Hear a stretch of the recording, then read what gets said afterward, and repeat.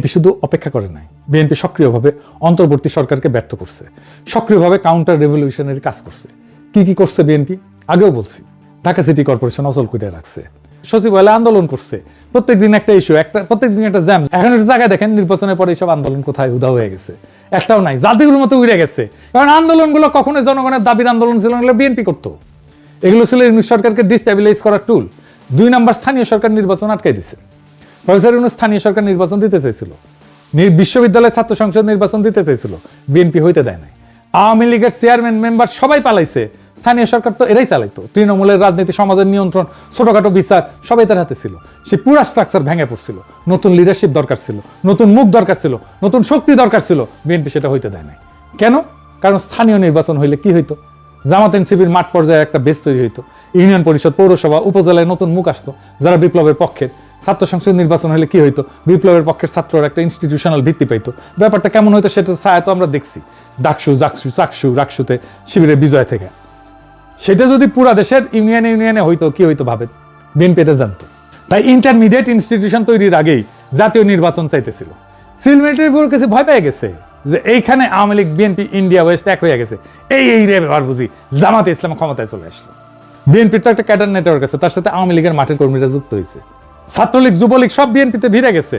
আমিও দেখাইছি অনেক ভিডিওতে বিএনপির ক্যাম্পেইন করতেছে, নিজেরাই বলতেছে আমরা আওয়ামী লীগ, এখন বিএনপি হয়েছে।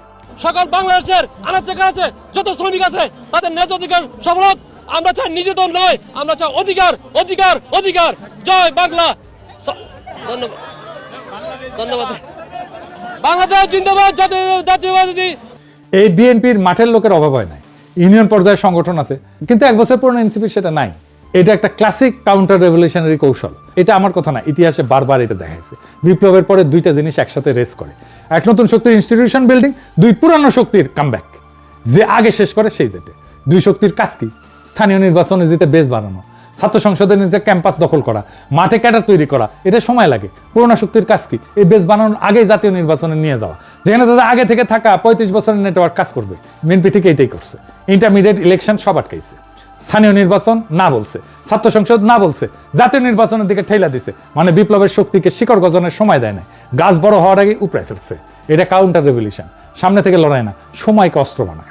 ফ্রান্সে 1789 সালে বিপ্লব হইল, জনগণ রাজতন্ত্র উৎখাত করলো, কিন্তু বিপ্লবীরা নিজেদের মধ্যে বিভক্ত হয়ে গেল। নতুন কাঠামো দাঁড় করানোর আগে ক্ষমতার লড়াই শুরু হলো। ঠিক সেই বিশৃঙ্খলার মধ্যে নেপোলিয়ান ঢুকে পড়লো। সে বলল আমি শৃঙ্খলা আনবো, স্থিতিশীলতা আনবো, শান্তি আনবো। ক্লান্ত মানুষ মেনে নিল। বিপ্লবের ফসল তুলল পুরনো ধাঁচের একজন শাসক। বাংলার লুথার কিং দেশে ফিরে একই কথা কইছিল, নিরাপদ বাংলাদেশ করবে, তাই না? একই সিস্টেম, একই টেমপ্লেট। মিশরে 2011-তে তাহরির স্কোয়ারে লাখো তরুণ হোসেনি মোবারককে হটাইল। তারপর নির্বাচন হইল, মুরসি জিতল। কিন্তু পুরনো সেনাবাহিনী, পুরনো আমলাতন্ত্র, পুরনো ব্যবসায়ী গোষ্ঠী, এরা সবাই মিলে মুরসিকে অচল করে দিল। তারপর সিসি আসলো, সামরিক অভ্যুত্থান হইল, আর বলল আমি স্থিতিশীলতা। তার স্কোয়ারের তরুণরা তারা আজ কারাগারে, নির্বাসনে অথবা নীরব। প্যাটার্নটা বুঝতে পারছেন? বিপ্লবের পরে পুরনো শক্তি কখনো সামনে থেকে লড়ে না, তারা অপেক্ষা করে বিপ্লবীদের বিভক্ত হইতে দেয়, ক্লান্ত হইতে দেয়, ভুল করতে দেয়, তারপর স্থিতিশীলতার মুখোশ পইরা ফিরে আসে।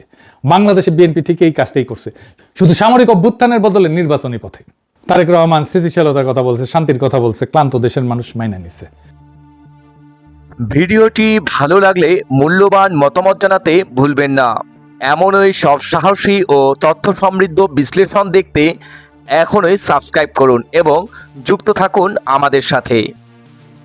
ধন্যবাদ।